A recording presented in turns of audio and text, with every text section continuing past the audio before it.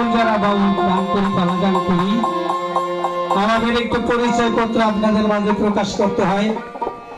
এই পরিচয় পত্রটা হলো আমরা এই পরিচয় মাধ্যমে আল্লাহ রাসূলকে স্মরণ করি, পীর মুর্শিদকে স্মরণ করি, পিতা মাতাকে স্মরণ করি। বিশেষ করে আমরা যে বাউল গান করি এই পরিচয়টা আপনাদের মাঝে প্রকাশ করা হয়, ছোট করে রাখার জন্য চেষ্টা করি। বেশি কথা